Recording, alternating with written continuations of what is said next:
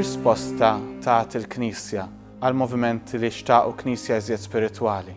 Kif rajna, ix-xewqa għar-riforma kienet xtardet ħafna, ma sfortunatament din mhux dejjem waslet għal riforma sinċira fih dan il-Knisja, imma ħafna drabi waslet sabiex gruppi sħaħ jinqataw minn dan il-Knisja.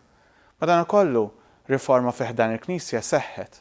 U din seħħet propju bl-iżvilupp ta' tip ta' ordni ġdid. Issa mhux iżjed sempliċement monasteri mibnija fuq ir-regola San Benedittu, imma tip ta' monaku jew aħjar issa jibdew jsejħu patrijiet li ma jibqgħux marbutin mal-monasteru ħafna drabi li lin mill-belt, imma propju jiżviluppaw fih dan il-belt, fih dan l-bliet. Irġiel mogħtija għal ħajja ħafna drabi itineranti, għal ħajja ta' predikazzjoni, ħajja mejxa fil-faqar u li jibdew jagħtu risposta għal gruppi eretiċi bħal Katari billi huma wkoll jibdew iħaddnu fih dan il-Knisja din id-darba il-ħajja apostolika, il-ħajja radikali, il-ħajja tal-Vanġelu. U jiżviluppaw żewġ ordnijiet importanti, żewġ ordnijiet li għadna ngawduhom sal-lum fih dan il-Knisja.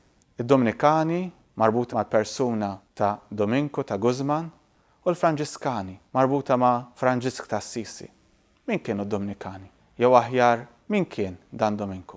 Dominku Spanjol minn eta żgħira jingħata edukazzjoni tajba, jagħti ħajtu għal ħajja ta' studju, jidħol fih dan il-kanoniċi regolari f'dawn it-tip ta' ordnijiet li b'xi mod joħolqu l-pont bejn l-istil tal-ħajja tal-monasteri antika u issa ħajja iżjed fil-qalba tal-belt. Hekk forma ta' ħajja ta' dawn is-saċerdoti li ma kinux jgħixu fil-monasteri, ma rridu jgħixu fuq l-eżempji tal-ħajja fil-monasteri.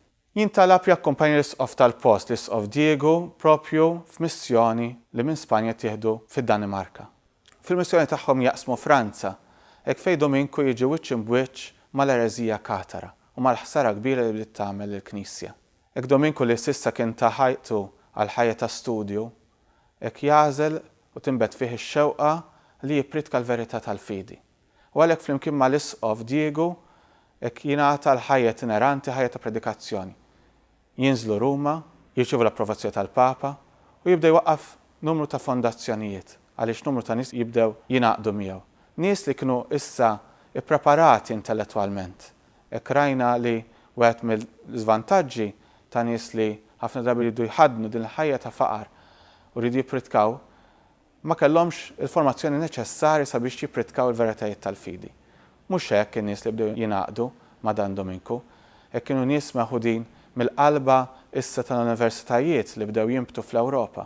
Nies iffurmati tajjeb sabiex jgħallmu kemm il-filosofija u kemm it-teoloġija u għalhekk jippritkaw b'konvinzjoni u fl-istess ħin il-predikazzjoni tagħhom kienet imsaħħa minn stil ta' ħajja li tagħti xhieda lill-verità ta' dik il-predikazzjoni kienet iwasslu.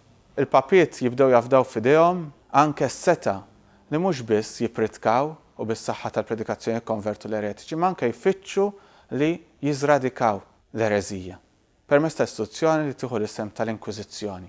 Inkwiżizzjoni li kienet diġà fdata hekk li wieħed ifittex l-eretiku li jfittex l-erezija u jaqlaħħa mill-eruq f'idejn l-isfijiet. Imma mħollija f'idejn l-isfijiet dina ma tantx kellha suċċess.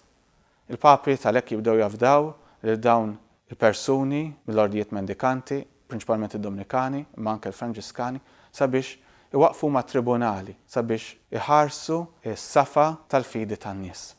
Ordni ieħor kif semmejt li jiżviluppa proprju fl-istess żmien din id-darba ġewwa l-Italja huwa marbut mal-persuna ta' Franġisk ta' Assisi. Hekk persuna magħrufa, m'hemmx għalfejn nidħlu f'ħafna dettalji, hekk nafu dil-konverżjoni li seħħet f'dan il-ġuvni ta' Assisi li kien ġej propju minn ċeto borghese, missieru kien merkant ta' drappijiet, seta' jgħix ħajja komda kurriet, ma seħdin konverżjoni fih fi żmien meta l-belt ta' Assisi kienet assedjata, hekk naturalment kien ġata ħajtu għal ħajja militari, isteħdin konverżjoni fih u jiddeċiedi li jħaddan ħajja evanġelika, ħajja ta' faqar, ħajja msieħba mat-talb u anke mal-predikazzjoni. Hekk Franġisku ma kellux il-ġenju tal-organizzazzjoni li kellu Dominku, madankollu l-istil tal-ħajja tiegħu jibda jiġbed numru ta' nies. Imqanqal mill-kman ta' Kristu dik is-sejħa li semma mill-kurċifiss ta' San Damjan sabiex jibni mill-ġdid il-Knisja, hekk l-ewwel jagħti lil nifsu biex jirrestawra din il-kappella San Damjan. Imma jifhem li r-restawr li kienet sejjaħlu għalih Kristu ma kienx sempliċiment ta' Knisja tal-Ġebel, imma kienet restawr fiħdan il-Knisja tiegħu, fiħdan l-arusa tiegħu. Franġisku jinżel mal-ewwel dixxipli tiegħu, mal-ewwel segwaċi tiegħu ġewwa Ruma. U hemmhekk il-Papa jilqgħu, il-Papa jkollu dik id-dera li fiha jara li Franġisku jżomm fuqu il-Knisja tal-Lateran li bdiet nieżla. U jifhem li Franġisku kellu jkun dan istrument importanti mażul mill-mulej li jġib bidla fiħdan il-Knisja. U għalhekk il-Papa jagħti l-approvazzjoni tiegħu. Għal-bidu Franġisku Assisi kellu ċertu reżistenza li s-segwaċi tiegħu jirċievu hekk formazzjoni intellettwali, imma diġà f'ħajtu jara fil-bżonn li anke jċedi għal dan, jara fil-neċessità ta' dan, u naraw persuni kbar bħal Antonio ta' Padova, Sant'Antnin, tant maħbub, li kellu formazzjoni kbira u li kien lest juża din il-formazzjoni tiegħu sabiex jagħti ħajtu għal predikazzjoni li permezz tagħha seta' jwassal u jixħed verament dawl fuq il-veritajiet tal-fidi. Bis-saħħa ta' dawn iż-żewġ ordnijiet prinċipali, hekk magħhom għandna numru ta' ordnijiet oħra naturalment, li hawnhekk ma nistgħux nidħlu fid-dettalji tagħhom, li jiżviluppaw fl-istess żmien bħal l-ordnijiet ta' l-Eremiti tal-Muntanja Karmel li jaslu fl-Ewropa u minnhom jitnissel l-Ordni Karmelitan. L-istess Eremiti li kienu min-naħa l-oħra jsegwu r-regola antika Sant Wistin li ma' żmien jiżviluppaw f'numru ta' ordnijiet li aħna llum insejħulhom l-Agostinjani, l-Ordni tas-Serviti ta' Marija u ordnijiet oħra bħal dawn, uħud għadhom jeżistu u oħrajn ma' żmien spiċċaw.